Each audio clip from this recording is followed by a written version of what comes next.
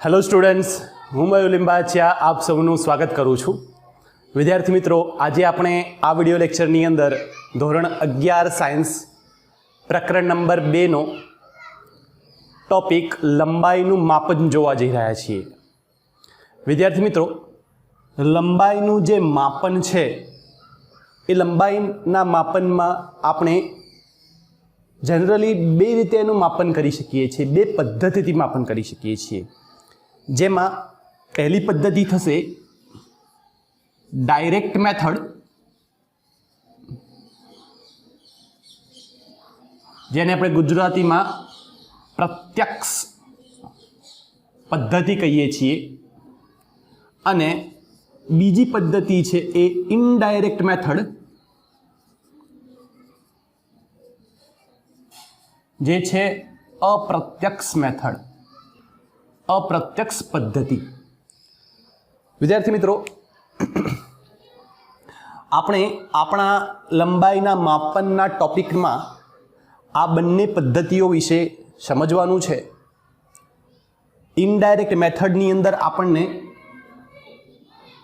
જે પદ્ધતિ આપેલી છે એનું નામ છે દ્રષ્ટિ સ્થાન ભેદની રીત, જેને પેરેલેક્સ મેથડ પણ કહેવામાં આવે છે. તો આપણે દ્રષ્ટિ સ્થાન ભેદની રીતથી લંબાઈનું માપન કરવાનું છે. અને જે ડાયરેક્ટ મેથડ છે એ ડાયરેક્ટ મેથડની અંદર આપણે જે મીટર પટ્ટી કે ફૂટ પટ્ટીનો ઉપયોગ કરીએ છીએ એના દ્વારા પ્રત્યક્ષ માપન કરીશું.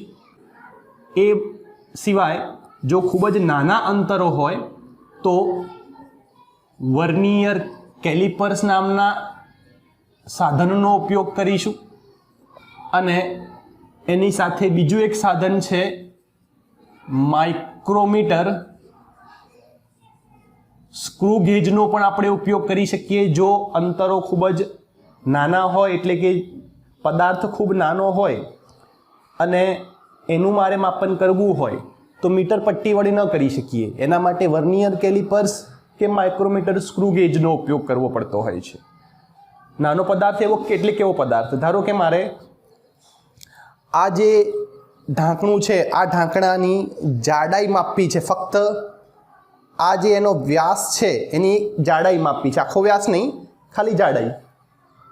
ધારો કે મારે આ જે એનું હોલ્ડર છે, આ હોલ્ડરની મારે જાડાઈ માપવી છે, તો હું ફૂટપટ્ટીનો ઉપયોગ કે મીટર પટ્ટીનો ઉપયોગ ન કરી શકું. એના માટે મારે જાડાઈ માપવા માટે વર્નિયર કેલિપર્સ કે માઇક્રોમીટર, સ્ક્રૂ ગેજ નામના સાધનનો ઉપયોગ કરવો પડે.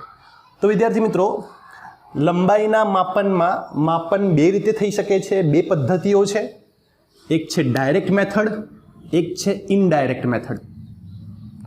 હવે ડાયરેક્ટ મેથડમાં આપણે જે પણ લંબાઈનું માપન કરીશું એમાં મીટર પટ્ટીનો, વર્નિયર કેલિપર્સનો અને માઇક્રોમીટર, સ્ક્રૂ ગેજનો ઉપયોગ કરીશું. અને જે અતિ સૂક્ષ્મ અંતરો માપવાના હોય, જેવું કે ન્યુક્લિયસનું તમારે માપન કરવાનું છે, ઇલેક્ટ્રોન, પ્રોટોન કે ન્યુટ્રોન, એનું તમારે માપન કરવાનું છે, તો એના માટે સેપરેટથી તમને તમારા સિલેબસની અંદર સૌથી પહેલાં તો ઇલેક્ટ્રોન માઇક્રોસ્કોપ,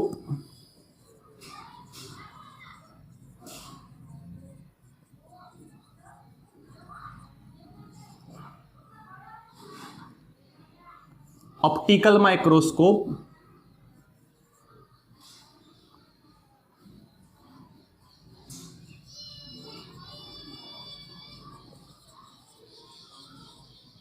અને છેલ્લે ટનલિંગ માઇક્રોસ્કોપ આનો ઉલ્લેખ કરવામાં આવ્યો છે.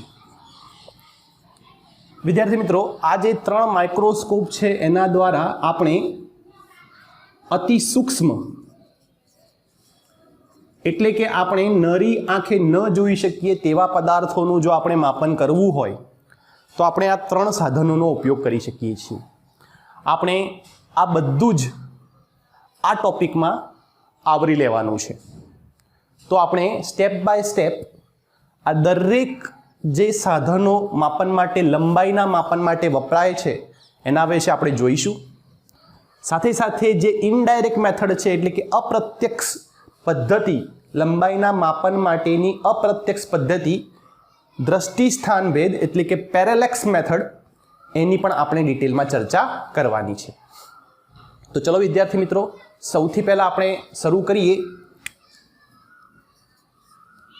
મધ્યમ લંબાઈ. હવે આપણે લંબાઈને 3 ભાગમાં વિભાજિત કરીશું. એક તો મધ્યમ અંતરો.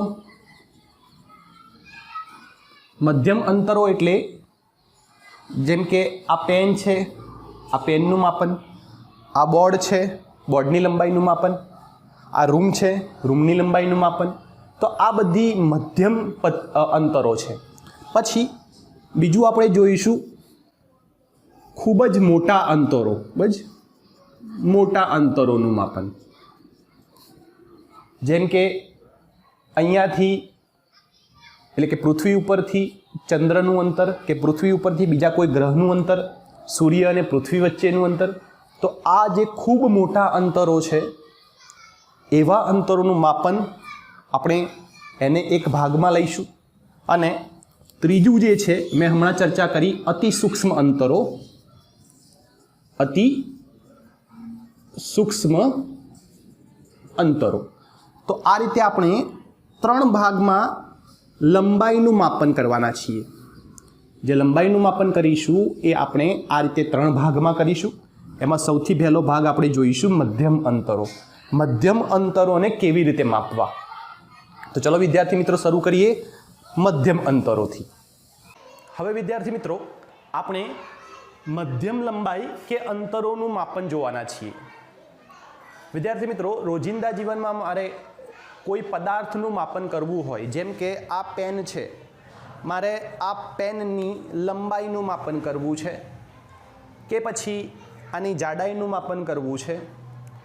બોર્ડ છે, બોર્ડનું મારે ક્ષેત્રફળ શોધવું હોય, એટલે કે લંબાઈ ગુણ્યા પહોળાઈ એનું ક્ષેત્રફળ શોધવું હોય.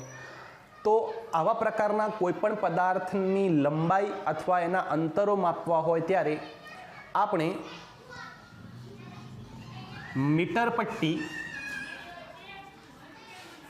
અથવા ફૂટ પટ્ટીનો ઉપયોગ કરતા હોઈએ છીએ. હવે આ જે છે એ લંબાઈ માપવાના સાધન છે.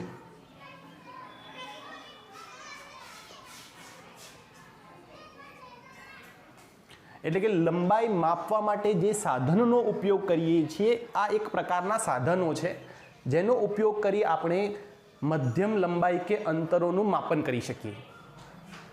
હવે વિદ્યાર્થી મિત્રો, દરેક સાધનની પોતાની કેટલીક મર્યાદાઓ હોય છે, લિમિટેશન્સ હોય છે.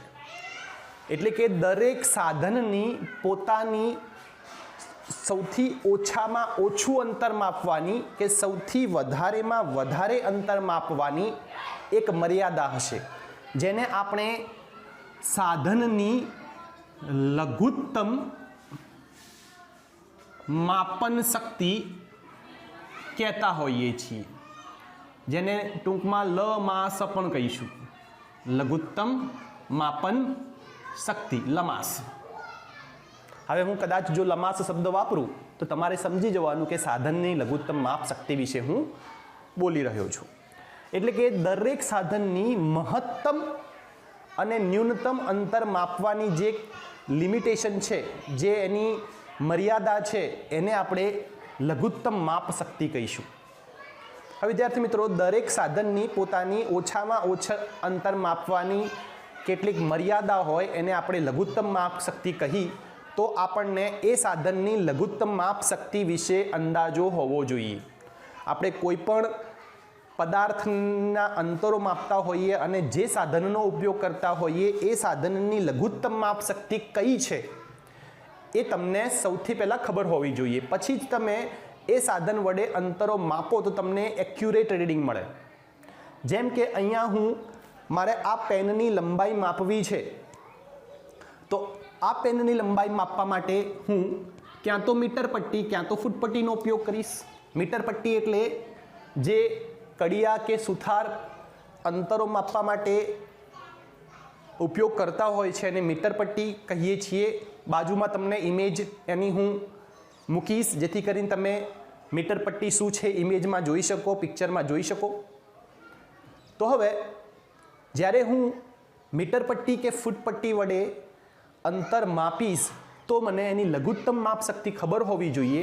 હવે તમે જ્યારે ફૂટ પટ્ટી જોશો, આપણે ફૂટ પટ્ટી વિશે માહિતગાર છીએ, તો ફૂટ પટ્ટીમાં આ રીતે 0 લખેલું હોય છે, પછી 1 2 3 4 5, 1 2 3 4 અને 5 એટલે કે અહીંયા 1 લખેલું હશે. તો આ છે 1 સેન્ટીમીટર. આટલું અંતર આપણને ખબર છે 1 સેન્ટીમીટર છે. આ મેં ફૂટ પટ્ટી દોરી છે. કે મીટર પટ્ટી, મીટર પટ્ટીમાં પણ ઉપર તમને સેન્ટીમીટરમાં આપેલું હશે અને નીચે તમારે ઇંચમાં આપેલું હશે.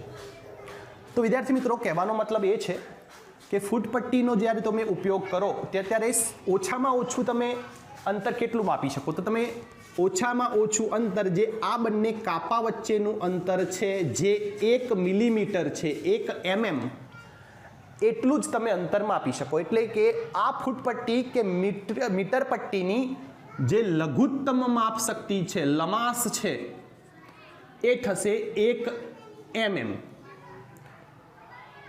અને એને જો હું મીટરમાં લખું તો આપણે લખી શકીએ 10⁻³ મીટર. 1 mm બરાબર કેટલા થશે? 10⁻³ મીટર. તો આ એની લઘુત્તમ માપ શક્તિ છે. 1 mm થી નાનું પદાર્થ લઈ અને એનું માપન આપણે ફૂટ પટ્ટી કે મીટર પટ્ટી વડે કરી શકીએ નહીં. ધારો કે મારે આનાથી પણ પતલી મારે વાળની જાડાઈ માપવી છે તો હું ફૂટ પટ્ટી કે મીટર પટ્ટીનો ઉપયોગ ન કરી શકું. એના માટે મારે એના કરતાં પણ વધારે એક્યુરેસીવાળા, વધારે વિભેદન શક્તિ ધરાવતા સાધનની જરૂર પડશે. હવે ફૂટ પટ્ટીની લઘુત્તમ માપ શક્તિ તો 1 mm છે. મીટરમાં લખીએ તો 10⁻³ મીટર. એની વધુમાં વધુ શક્તિ કેટલી હશે, એટલે કે કેટલું મોટામાં મોટું અંતર માપી શકે? તો આપણે કહી શકીએ છીએ કે આ છે લઘુત્તમ અંતર. અને જો મોટામાં મોટું અંતર લખવું હોય તો લખી શકીએ 10⁻² મીટર જેટલું ગુરુત્તમ અથવા એને વધુમાં વધુ અંતર, મેક્સિમમ અંતર એ માપી શકશે. તો આપણે લખી શકીએ કે માપ પટ્ટી અને ફૂટ પટ્ટીની જે અંતર માપનની જે રેન્જ છે, આ રેન્જ થશે 10⁻³ મીટરથી લઈ 10⁻² મીટર. તમે જે મીટર પટ્ટી છે, મીટર પટ્ટી જે કન્સ્ટ્રક્શનમાં યુઝ થાય છે એનો ફોટો હું બાજુમાં મૂકી દઈશ. તો એ જે મીટર પટ્ટી છે એ વધારેમાં વધારે 100 મીટર સુધી માપી શકશે, વધારે 200 મીટર સુધી માપી શકશે. એટલે કે 10⁻² મીટર સુધી મીટર પટ્ટી વડે માપી શકો. તો વિદ્યાર્થી મિત્રો, આ હતા મધ્યમ લંબાઈના અંતરોનું માપન. હવે આના પછી ધારો કે મારે આનાથી થોડું હજી નીચે, એટલે કે 1 mm થી નીચેના અંતરો માપવા છે. કોઈ પદાર્થ પતલો છે, ધારો કે કાગળની જે શીટ હોય છે, આપણે જે નોટ માટે કાગળ યુઝ કરીએ છીએ, એ કાગળ કેટલો પતલો હોય છે, એ 1 mm થી, એટલે કે ફૂટ પટ્ટીથી ન માપી શકો, 1 mm થી નાનું થશે. તો વિદ્યાર્થી મિત્રો, એને માપવા માટે, એટલે કે જો 1 mm થી નાનું હોય માપ, તો એને માપવા માટે એક સાધન છે જેનું નામ છે વર્નિયર કેલિપર્સ.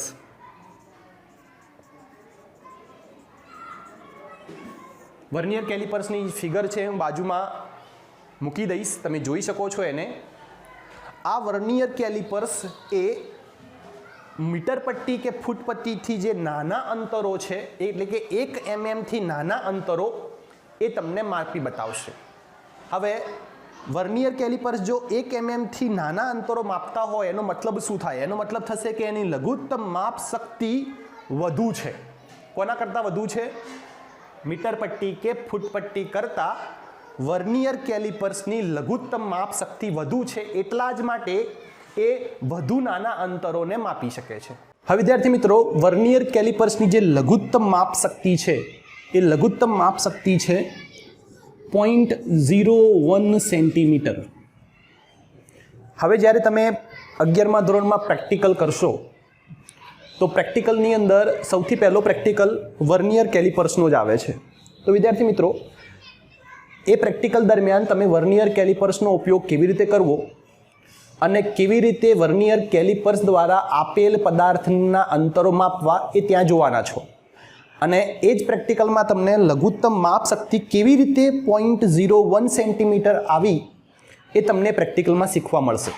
તો અહીંયા હું કેવી રીતે આવી એની ચર્ચા નહીં કરું, ફક્ત આપણે વર્નિયર કેલિપર્સ કેટલું ઓછામાં ઓછું અંતર માપી શકે એની આપણે ચર્ચા કરવાની છે. તો હવે સેન્ટીમીટરનું હું જો એમએમમાં ફેરવું, મિલીમીટરમાં ફેરવું, તો આપણે લખી શકીએ 1 સેન્ટીમીટર બરાબર 10 મિલીમીટર.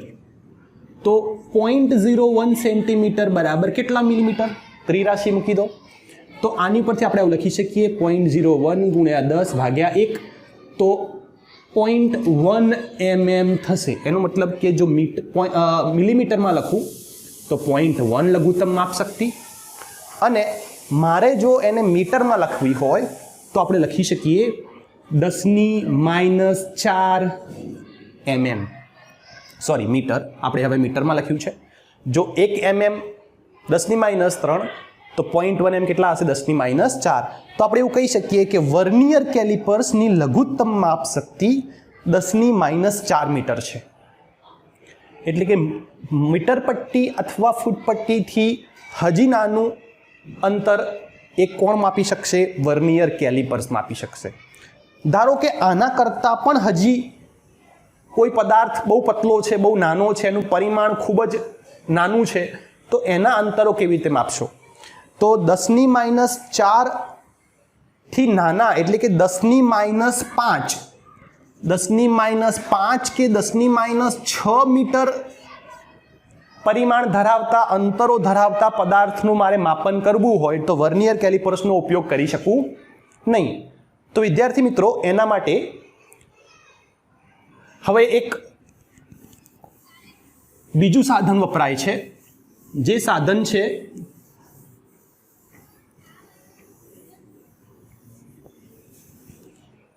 Micrometer screw gauge.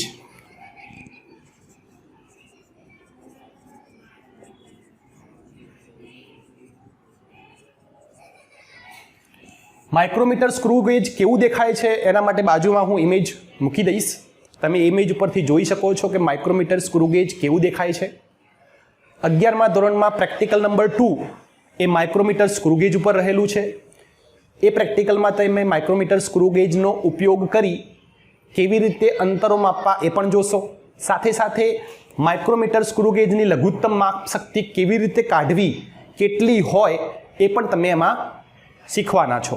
તો આપણે લઘુત્તમ માપ શક્તિ કેવી રીતે આવી એ જોવાના નથી, આપણે ફક્ત માઇક્રોમીટર સ્ક્રૂ ગેજ કેટલું લઘુત્તમ માપી શકે એની ચર્ચા કરવાના છીએ. બરાબર છે?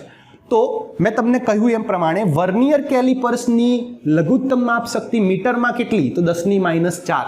પરંતુ જો કોઈ પદાર્થ 10⁻⁵ મીટર જેટલો હોય, એટલે કે 0.1 mm કરતાં પણ હજી પતલો છે, નાનો છે, તો એનું માપન કરવા માટે વર્નિયર કેલિપર્સનો ઉપયોગ ન કરી શકાય.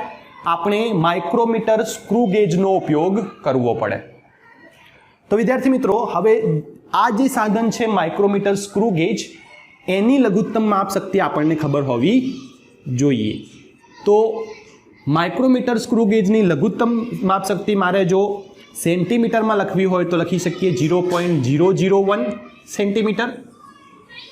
જો એને હું એમએમમાં લખીશ તો 0.01 mm, અને મીટરમાં લખવું હોય તો 10⁻⁵ મીટર લખી શકાય.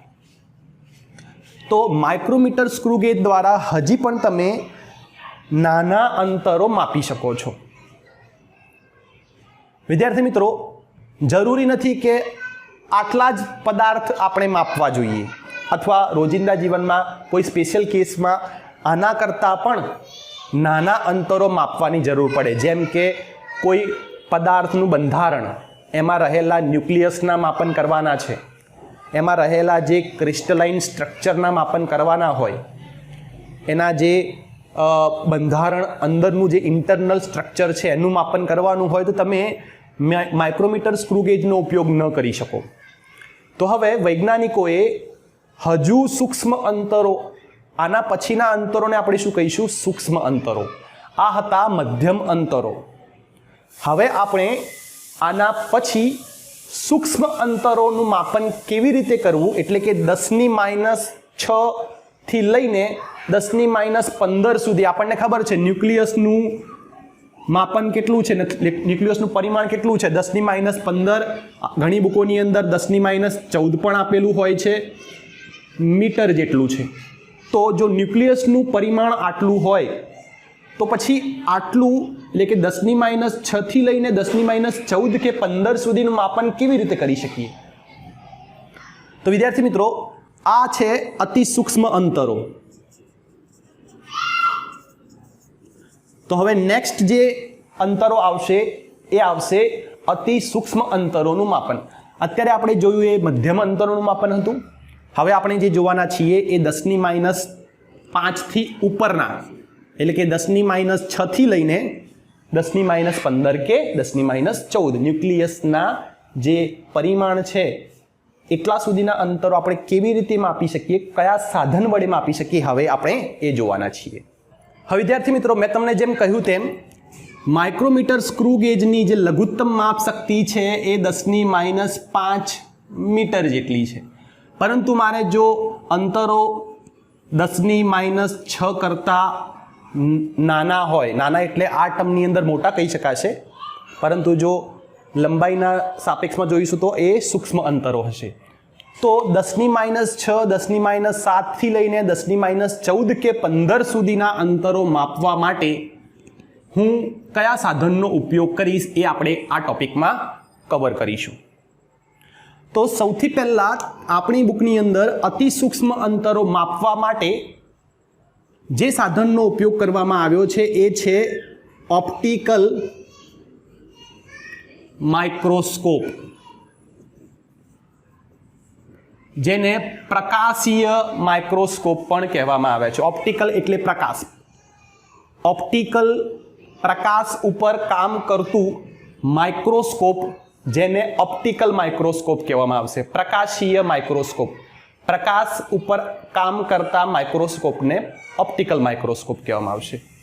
હવે વિદ્યાર્થી મિત્રો, આ જે ઓપ્ટિકલ માઇક્રોસ્કોપ છે તમે લેબોરેટરીમાં જોયું હશે, જેની અંદર, જેની ફિગર હું બાજુમાં મૂકું છું, જેની અંદર તમે આંખ રાખી અને નીચે લેન્સ હોય છે, એ લેન્સને આપણે ફેરવીએ છીએ, નીચે સ્લાઇડ મૂકતા હોઈએ છીએ અને એ સ્લાઇડને મોટું કરીને જોતા હોઈએ છીએ. તમે જોયું હશે પિક્ચરની અંદર, જ્યારે બ્લડ ટેસ્ટ કરી અને બ્લડની જે સ્લાઇડ હોય એ સ્લાઇડ અહીંયા અંદર મૂકી અને પછી ડૉક્ટર્સ આ રીતે ચેક કરતા તમે મૂવીમાં જોયું હશે. તો એ જે છે એ ઓપ્ટિકલ માઇક્રોસ્કોપ છે. વિદ્યાર્થી મિત્રો, ઓપ્ટિકલ માઇક્રોસ્કોપ મેં તમને કહ્યું એમ પ્રકાશ પર કામ કરે છે, એટલે કે એનું જે વર્કિંગ છે એ પ્રકાશ ઉપર આધારિત છે. જો એમાં પ્રકાશ ન હોય, અંધારાની અંદર એ માઇક્રોસ્કોપનો ઉપયોગ કરવા જાઓ તો તમને એમાં કંઈ દેખાશે નહીં. તો વસ્તુને ઝૂમ કરવા માટે, એટલે કે વિભેદન કરવા માટે, ઝૂમ કરવા માટે એ શું કરે છે? પ્રકાશનો ઉપયોગ કરે છે. અને પ્રકાશ ઉપર કામ કરી અને વસ્તુને ઝૂમ કરી મોટી કરીને બતાવે છે અને પછી આપણે એનું માપન કરી શકતા હોઈએ છીએ. તો વિદ્યાર્થી મિત્રો, પ્રકાશ ઉપર કામ કરતું હોય તો એનો મતલબ કે આપણે પ્રકાશ વિશે પણ થોડી ઘણી માહિતી હોવી જોઈએ. હવે પ્રકાશ શું છે? પ્રકાશ એ તરંગનો સ્વભાવ દર્શાવે છે.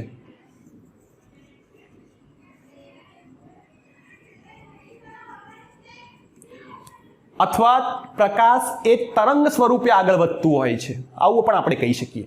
પ્રકાશ એ બીજું કંઈ નથી, એક પ્રકારનું તરંગ છે. હવે જો તરંગ હોય તો દરેક તરંગને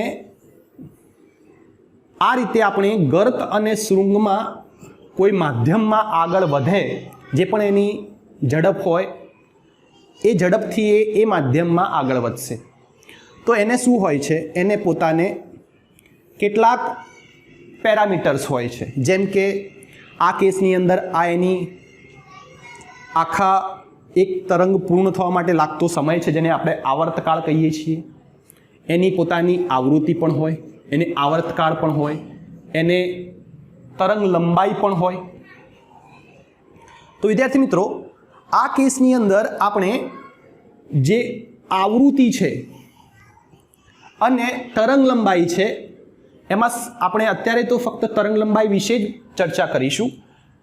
તરંગની પ્રકાશના જે તરંગની તરંગ લંબાઈ છે એ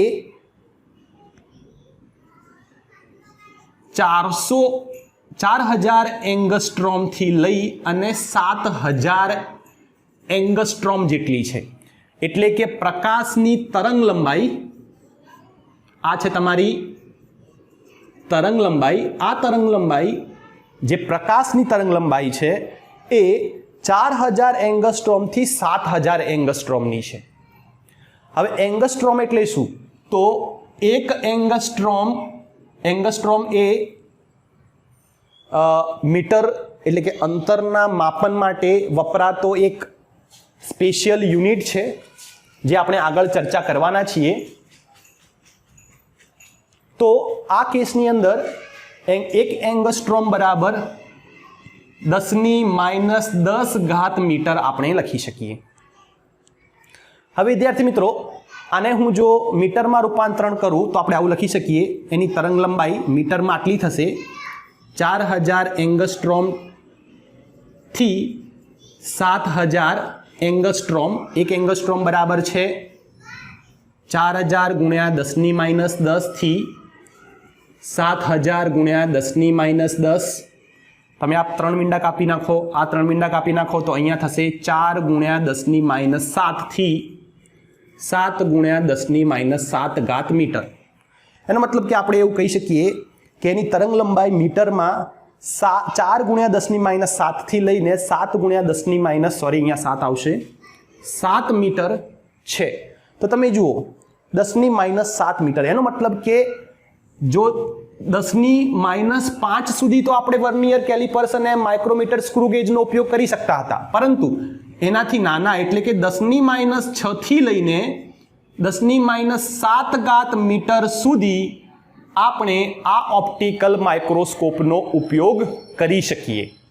એટલે કે ઓપ્ટિકલ માઇક્રોસ્કોપની વિભેદન શક્તિ કેટલી સુધી છે? 10⁻7 સુધી છે. બરાબર છે. હવે 10⁻7 પછી હજી નાના હોય તો શું કરવું?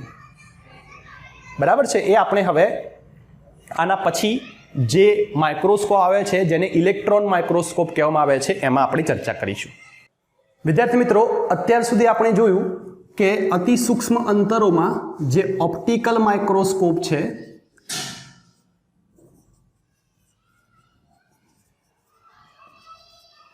એનું લઘુત્તમ માપ શક્તિ લમાશ આપણે અંદાજે 10⁻7 મીટર સુધી જોઈ. હવે આનાથી નાનું એટલે કે 10⁻8 10⁻9 જો એટલા પરિમાણ ધરાવતા અતિ સૂક્ષ્મ નાના પદાર્થો હોય તો પછી એના માપન કરવા માટે હવે જે બીજું માઇક્રોસ્કોપ છે એ છે ઇલેક્ટ્રોન માઇક્રોસ્કોપ.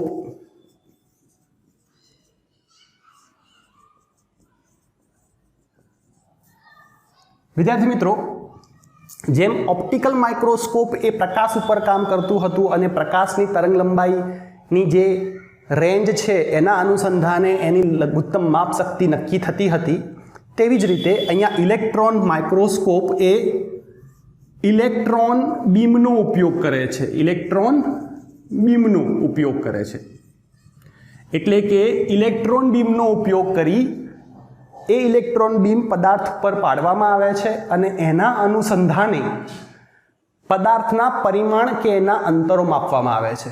વિદ્યાર્થી મિત્રો, ઇલેક્ટ્રોન એ પોતે પણ તરંગનો સ્વભાવ દર્શાવે છે.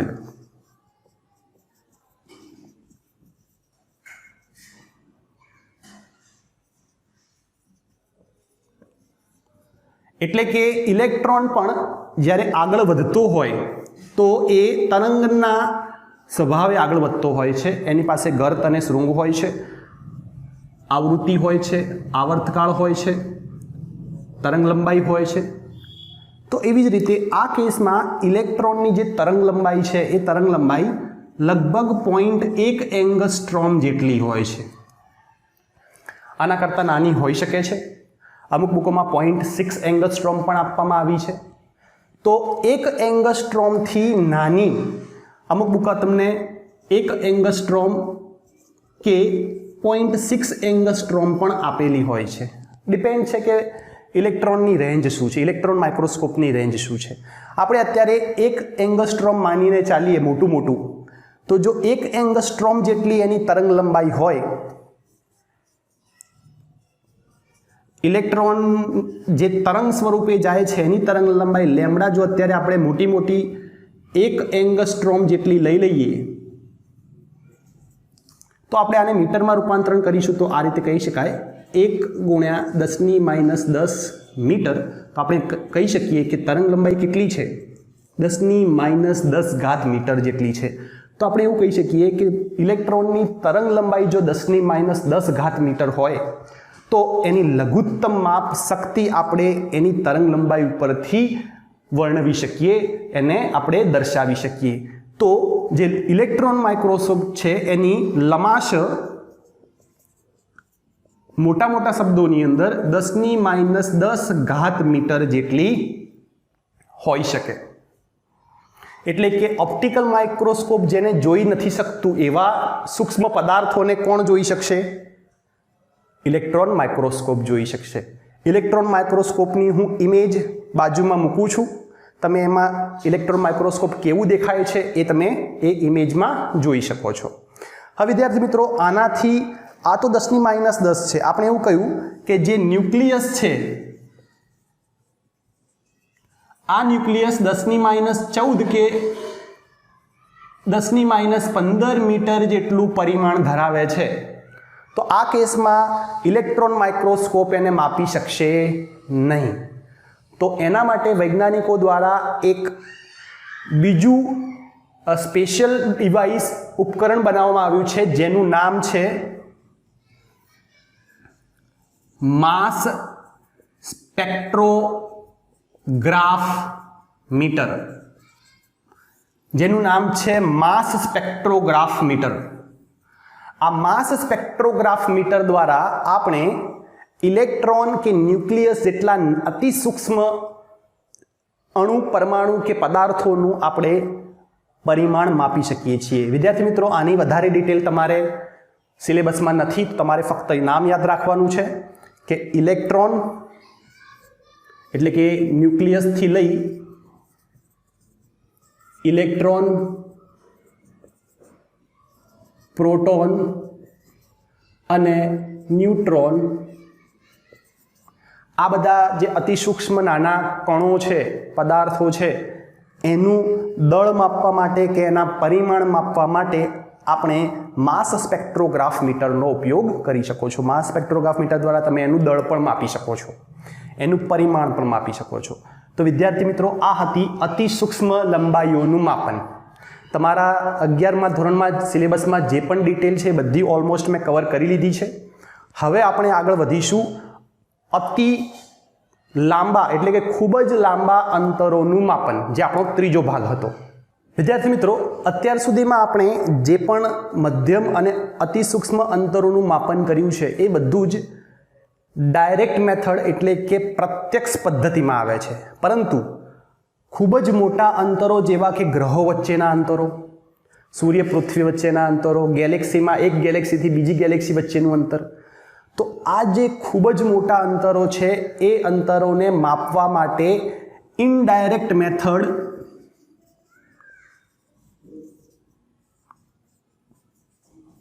જેને આપણે અપ્રત્યક્ષ મેથડ કહીએ છીએ,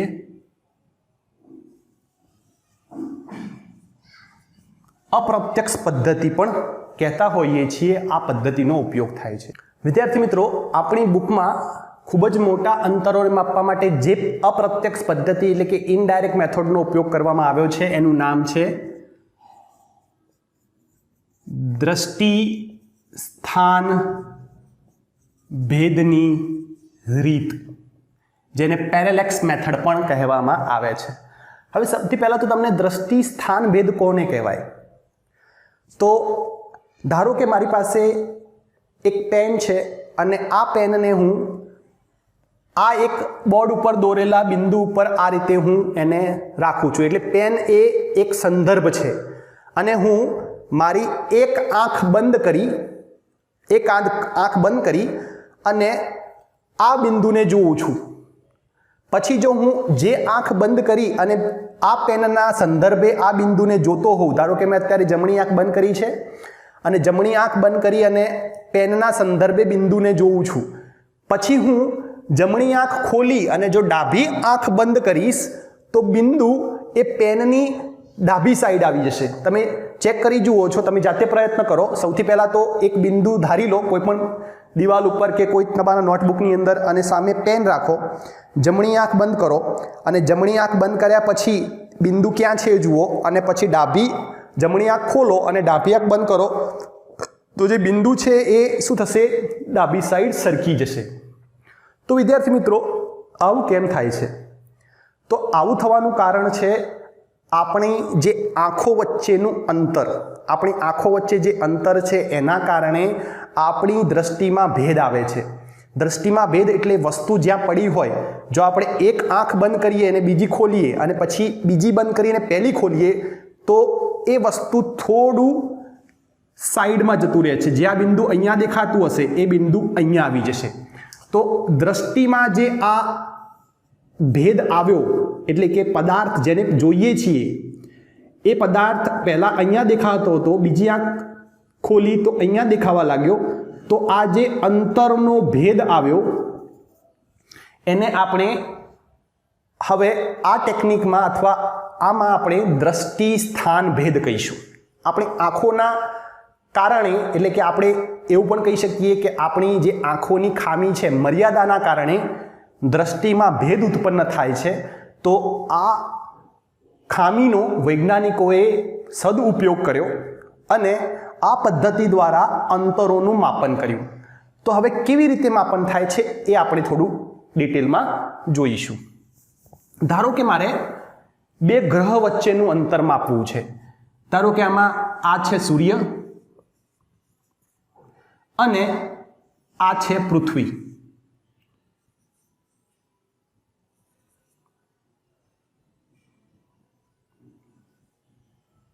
વિદ્યાર્થી મિત્રો, પૃથ્વી ઉપરથી મારે સૂર્યનું અંતર માપવું છે, એટલે કે મારે ડી માપવું છે.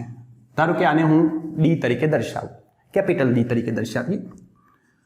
તો મારે પૃથ્વીથી સૂર્યનું અંતર માપવું છે. હવે હું શું કરીશ? જેમ મારી આંખો, આ જે મારી આંખો હતી એમાં જે ભેદ હતો, એટલે કે આંખો વચ્ચે જે અંતર છે અને આ અંતરના કારણે જે ભેદ ઉત્પન્ન થાય છે, આ ભેદની જે ખામી હતી એનો હું અહીંયા સદુપયોગ કરીશ, એનો એડવાન્ટેજ લઈ અને હું પૃથ્વીથી સૂર્યનું અંતર માપી શકું છું. કેવી રીતે? જેમ કે એક આંખ અને બીજી આંખ વચ્ચે જે અંતર છે એને આપણે હવે કહીશું બેઝિસ, અને એને આપણે સ્મોલ બી વડે દર્શાવીએ છીએ. તો આંખો વચ્ચે જે બેઝિસ જેટલું અંતર છે એટલું હું અહીંયા શું કરીશ? એક અવલોકનકાર, આ એ છે એ અવલોકનકાર છે અને એ રીતે બીજો અવલોકનકાર, આ પણ અવલોકનકાર છે. આ બંને અવલોકનકારને હું પૃથ્વીના બે વ્યાસાંત ઉપર અથવા આપણને બે વચ્ચેનું અંતર ખબર હોય એ રીતે એને આપણે ગોઠવી દઈશું અને આ જે બે અવલોકનકાર વચ્ચેનું અંતર છે એને નામ આપીશું બી બેઝિસ. તો આપણને આ બંને અવલોકનકાર વચ્ચેનું અંતર ખબર છે બી. હવે આપણે શું કરીશું? આ અવલોકનકાર એ પોતાની પાસે જે દૂરબીન હશે, ટેલિસ્કોપ હશે, એના દ્વારા સૂર્યનું શું કરશે? અવલોકન કરશે. હવે જ્યારે સૂર્યનું આ બંને અવલોકનકાર અવલોકન કરે છે ત્યારે એમને આ ખૂણો ખબર હોય. તમે ટેલિસ્કોપને આ રીતે, ટેલિસ્કોપ છે, ધારો કે આપણું આ ટેલિસ્કોપ છે, તો ટેલિસ્કોપને હું ધારું કે આ રીતે ગોઠવું તો મને આ ખૂણો ખબર હોય, તો એવી રીતે બંને ટેલિસ્કોપ જે દિશામાં ગોઠવાયેલા છે એના બંને તમને ખૂણા ખબર હોય તો તમે આ ખૂણો પણ સરળતાથી મેળવી શકો. તો હવે આપણને આ ખૂણો પણ ખબર છે અને સૂર્ય અને પૃથ્વી વચ્ચેના અંતરો ખૂબ લાંબા હોવાથી આપણે એવું કહી શકીએ કે આ જે લાઈન છે, આ લાઈન છે અને આ લાઈન, બધી લાઈનો કેવી થશે, એટલે કે બધા અંતરો કેવા થશે, સમાન થશે. હવે ખૂબ લાંબા અંતરો હોય અને થીટા ખૂબ જ નાનો હોય